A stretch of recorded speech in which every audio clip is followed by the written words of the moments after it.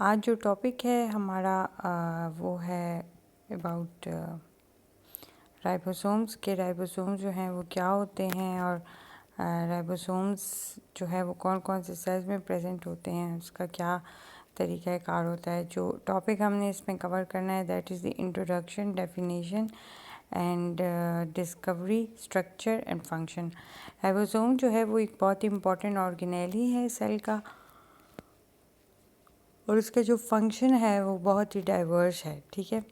Introduction. Ribosomes are small organelles found in each type of cell that is prokaryotic and eukaryotic.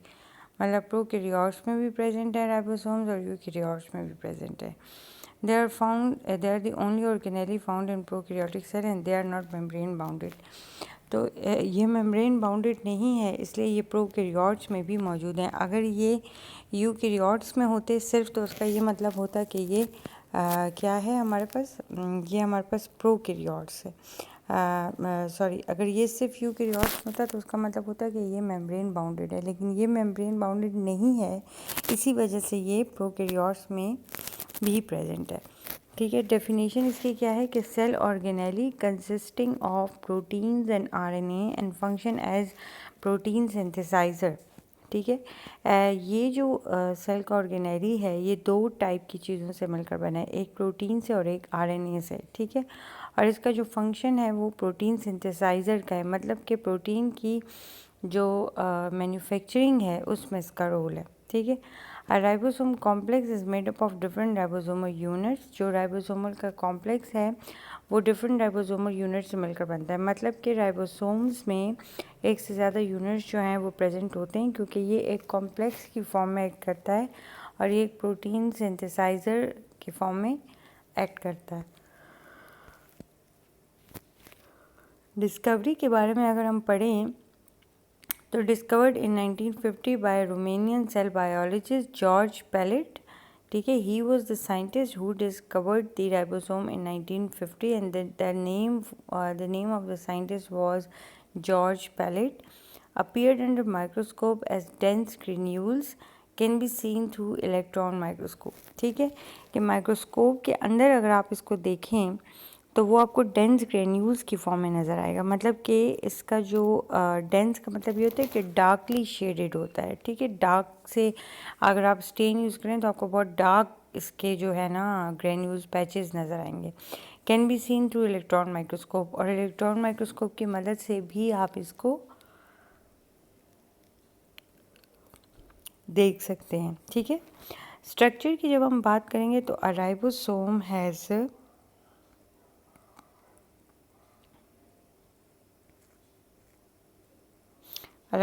Has two main constituent elements. ठीक है। जिसमें हमारे पास है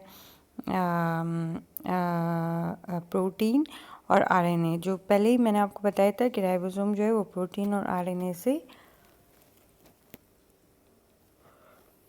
मिलकर बनता है। ठीक है। प्रोटीन जो है वो 25 to 40% है और आरएनए जो है वो 37 to 62% है। इसका जो कंपोजिशन है, two main subunits are present, that is a larger subunit and a smaller subunit. ठीक है। मतलब कि पहली बात तो ये कि जो दो मेन कॉन्स्टिट्यूएंट्स हैं वो राइबोसोम्स के वो प्रोटीन्स और आरएनए हैं। प्रोटीन जो है वो 25 से 40% तक है, आरएनए जो है वो 37 से 62% तक है।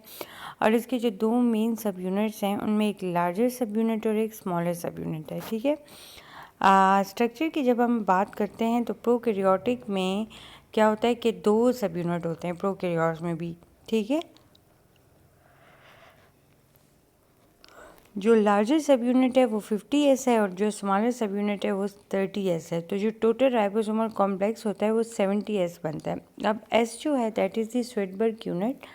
स्वेटबर्ग यूनिट का मतलब ये है कि अगर आप इसको सेंट्रीफ्यूज करें राइबोसोम के इस कंपोनेंट को, तो उसकी जो एंड में उसकी जो क्वांटिफिकेशन की जाती है प्रोडक्ट्स की, उसका ये यूनिट है। तो मतलब अगर आप लार्जर सब यूनिट को सेंट्रीफ्यूज करें तो 50S के करीब इसकी मतलब कंसंट्रेशन आ जाती है, तो इसलिए उसको इस यूनिट के हिसाब से मेजर किया जाता है। और जो स्मॉलर सब यूनिट है that is the 30S Svedberg unit के जो सेडिमेंटेशन यूनिट होता है इसका, कि मतलब अगर आप इसको सेंट्रीफ्यूज करें या सेडिमेंटेशन, जो इसकी सेडिमेंट जो एंड में रह जाएंगे वो जो है वो 30s के बराबर होगा। और अगर आप इस पूरे कॉम्प्लेक्स को सेंट्रीफ्यूज करें तो एंड में इसका जो सेडिमेंटेशन यूनिट होगा वो 70s होगा। मतलब अगर आप अलग अलग करेंगी तो 30 बड़े का 50 आएगा, छोटे का 30 आएगा, और टोटल जो है वो 70 आएगा। ठीक है, स्ट्रक्चर क्या है यूकैरियोटिक सब यूनिट्स का? लार्जर जो है वो 60s और स्मॉलर जो है वो 40s। तो जो टोटल राइबोसोमल कॉम्प्लेक्स है that is the 80s and eukaryotic cell has almost 78 proteins के। मतलब जो लार्जेस्ट सब यूनिट है उसका जो सेडिमेंटेशन रेट होगा वो 60s के बराबर होगा। मतलब अगर आप उसे सेंट्रीफ्यूज करें, जो स्मॉलर सब यूनिट होगा वो 40s के बराबर होगा, और अगर आप इन दोनों को एक कर दें तो वो 80s बन जाएगा। ठीक है, so eukaryotic cell has almost the 78 proteins. Quantity of ribosomes vary depends on the type of the cell. That is, the bacteria 20,000 and yeast is 2 lakh. Quantity depends upon the physiological ability of cell to produce protein.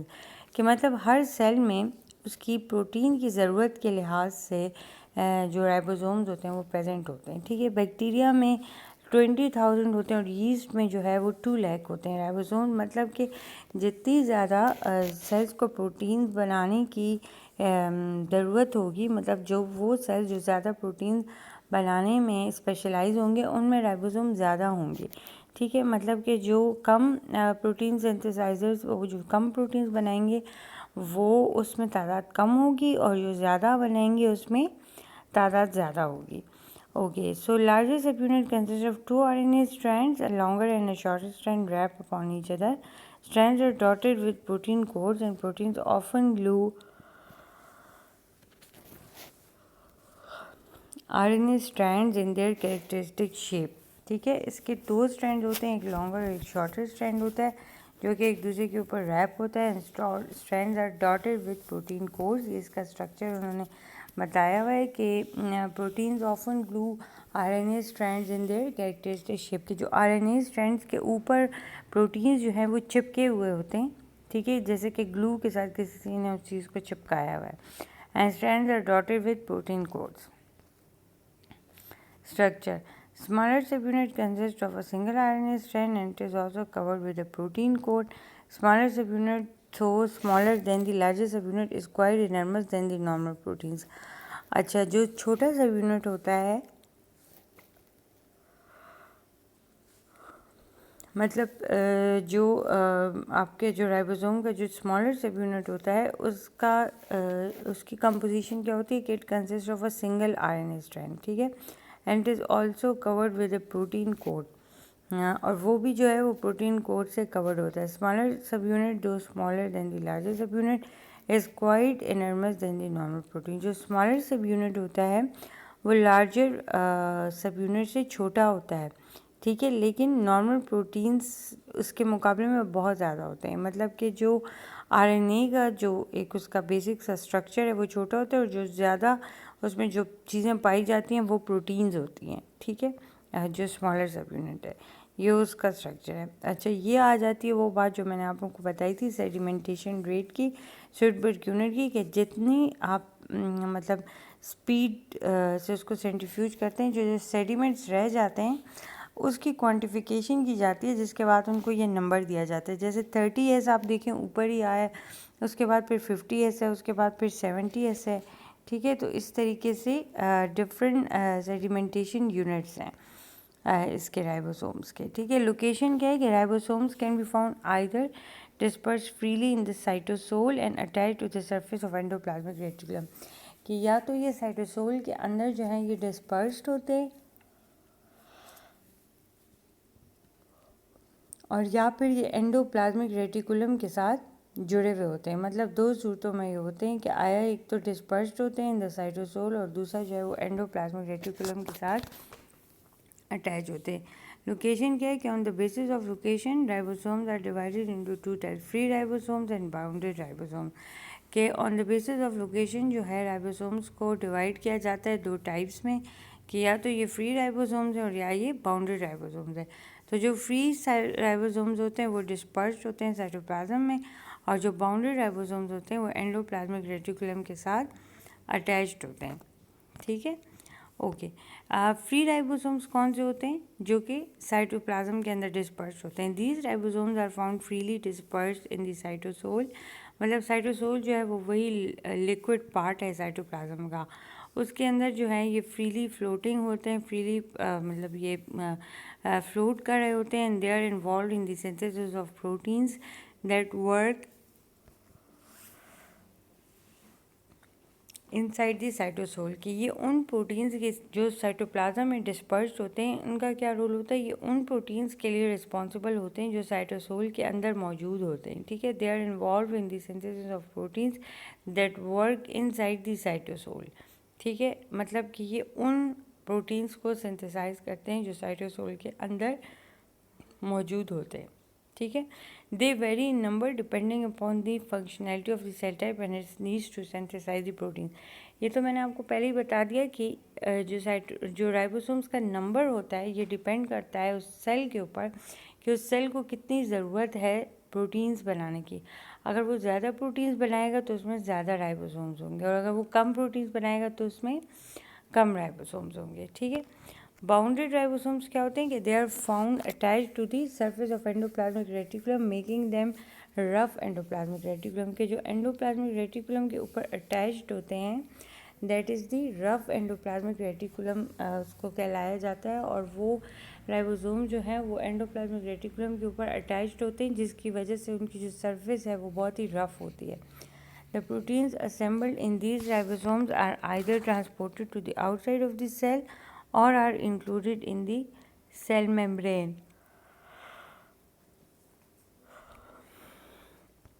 The proteins assembled in these ribosomes are either transported to the outside of the cell or are included in the cell membrane. कि वो protein जो उन ribosomes के अंदर assembled होते हैं या तो वो ट्रांसपोर्ट हो जाते हैं आउटसाइड ऑफ द सेल्स पे, और या वो सेल मेम्ब्रेन के अंदर ही होते हैं। मतलब कि वो प्रोटीन्स जो कि ये वो प्रोटीन्स बनाते हैं जो बाउंडेड रफ एंडोप्लाज्मिक रेटिकुलम होते हैं, ये वो प्रोटीन्स बनाते हैं जो कि या तो इन्हीं राइबोसोम्स के ऊपर इकट्ठे हो जाते हैं और या फिर वो सेल्स के बाहर जो है वो ट्रांसफ़र हो जाते हैं। अच्छा, इसका फंक्शन क्या है? Main function of ribosome is the translation of genetic information encoded in nucleotide bases of DNA into amino acid sequence of protein, and this is also called the gene expression. वो ये कह रहे हैं कि जो main function है ribosome का वो क्या है? That is the translation of genetic information. कि जो जेनेटिक इंफॉर्मेशन है न्यूक्लियोटाइड बेसिस में डीएनए की, उसको amino acid sequence of proteins में चेंज करते हैं ये राइबोसोम्स के। मतलब जो न्यूक्लियोटाइड्स हैं उससे प्रोटीन कैसे बनता है, ये एक बहुत इंपॉर्टेंट रोल है। सबसे पहले मैसेंजर आरएनए होता है, मैसेंजर आरएनए के बाद डीएनए होता है। सबसे पहले डीएनए से मैसेंजर आरएनए बनता है, और मैसेंजर आरएनए से आपके पास प्रोटीन्स बनता है। और इस पूरे प्रोसेस में राइबोसोम्स का बहुत इंपॉर्टेंट रोल है, और इसको कहा जाता है सेंट्रल डोग्मा। ठीक है, ये वीडियो है, इसका ये लिंक है, ये आप ज़रूर देख लीजिएगा समझने के लिए। सेंट्रल डोग्मा आपके करिकुलम का पार्ट नहीं है, इसलिए मैं आपको नहीं पढ़ा रही, लेकिन आप इसकी वीडियो ज़रूर देख लें ताकि आपके पास एक कॉन्सेप्ट आ जाए। ट्रांसलेशन में क्या होता है कि the two ribosomal subunit join to translate the messenger RNA into proteins. पहले होता है आपके पास ट्रांसक्रिप्शन, जिसमें कि डीएनए से बनता है मैसेंजर आरएनए, और जो दूसरा स्टेप होता है उसमें मैसेंजर आरएनए से बनता है प्रोटीन्स। ठीक है, so the two ribosomal subunit join to translate the messenger RNA into proteins. कि जो मैसेंजर आरएनए है उससे प्रोटीन्स बन जाते हैं। ठीक है, in the process of translation following are the steps of translation: initiation, elongation and termination. पहले इनिशिएशन होगी, ठीक है, उसके बाद एलोंगेशन होगी और फिर टर्मिनेशन होगी। मतलब कि जो प्रोटीन स्ट्रैंड है वो बनना शुरू होगा तो उसको कहेंगे इनिशिएशन। फिर उसमें जब अमीनो एसिड के अटैच होते जाएंगे तो उसको कहा जाएगा एलोंगेशन। और एलोंगेशन के बाद जो लास्ट स्टेप होगा दैट इज़ द टर्मिनेशन। अच्छा जी, अब इनिशिएशन में क्या होता है? इनिशिएशन में होता है कि to begin initiation the small subunit of ribosomes attach to the messenger RNA. सबसे पहले जो स्मॉलर सब यूनिट है राइबोसोम का, वो आके मैसेंजर आरएनए के साथ अटैच्ड हो जाता है, ठीक है। दो सब यूनिट्स हैं, एक स्मॉलर है और एक लार्जर है। तो जो स्मॉलर सब यूनिट है राइबोसोम्स का, वो मैसेंजर आरएनए के साथ आके अटैच हो जाता है। The small subunit then moves along the messenger RNA until it reaches the first readable codon. This codon always codes for the amino acid मेथ्यूनिन। अच्छा जी, वो ये कह रहे हैं कि सबसे पहले जो आपके पास जो स्मॉलर सब यूनिट आके अटैच्ड होता है आपके पास मैसेंजर आरएनए के ऊपर, और उसके बाद वो स्मॉलर सब यूनिट जो है वो मैसेंजर आरएनए के साथ साथ चलता जाता है, ठीक है। पहले आके अटैच्ड होता है, फिर वो साथ साथ चलता जाता है जब तक कि वो पहले कोडॉन के पर ना पहुंच जाए, जिसको स्टार्ट कोडॉन भी कहा जाता है। और वो 3 न्यूक्लियोटाइड्स का एक आप समझ लें कि पेयर होता है 3 न्यूक्लियोटाइड्स का, ठीक है, जिसको स्टार्ट कोडॉन कहा जाता है। और वो कोड करता है किसके लिए? मेथ्यूनिन के लिए, ठीक है। दैट इज़ द इनिशिएशन, कि जिसमें स्मॉल सब यूनिट आके अटैच्ड हुआ मैसेंजर आरएनए के साथ, और फिर उसके साथ साथ चलता गया जब तक कि वो स्टार्ट कोडॉन पर नहीं पहुंच गया। And this codon always code for the amino acid methionine. उसके बाद the transfer RNA molecules are the next to enter. This charge molecules of RNA bring the amino acid to the ribosome. उसके बाद जो transfer RNA के molecules हैं वो next उसके साथ आके अटैच्ड हो जाते हैं, और ये जो चार्ज्ड आरएनए मॉलिक्यूल्स हैं ये अमीनो एसिड्स को लाते जाते हैं और राइबोसोम के साथ अटैच करते जाते हैं। अब राइबोसोम का जो स्मॉलर सब यूनिट है वो आके अटैच्ड हुआ, उसने जाके मेथ्यूनिन को मतलब कोड किया, वो साथ साथ चलता रहा मैसेंजर आरएनए के जब तक कि वो स्टार्ट कोडॉन पर नहीं पहुंच गया, और स्टार्ट कोडॉन ने कोड किया मेथ्यूनिन को, ठीक है।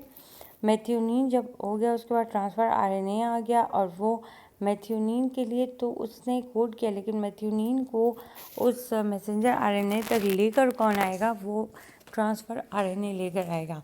और जैसे जैसे साथ साथ वो रीड करता जाएगा न्यूक्लियोटाइड सीक्वेंसेस को, वैसे वैसे जो ट्रांसफ़र आरएनए है वो आके अटैच होते जाएंगे, और चेन जो है वो बनती जाएगी अमीनो एसिड्स की, ठीक है। So the transfer RNA molecules are the next to enter in this charge molecules of RNA bring the amino acids to the ribosomes.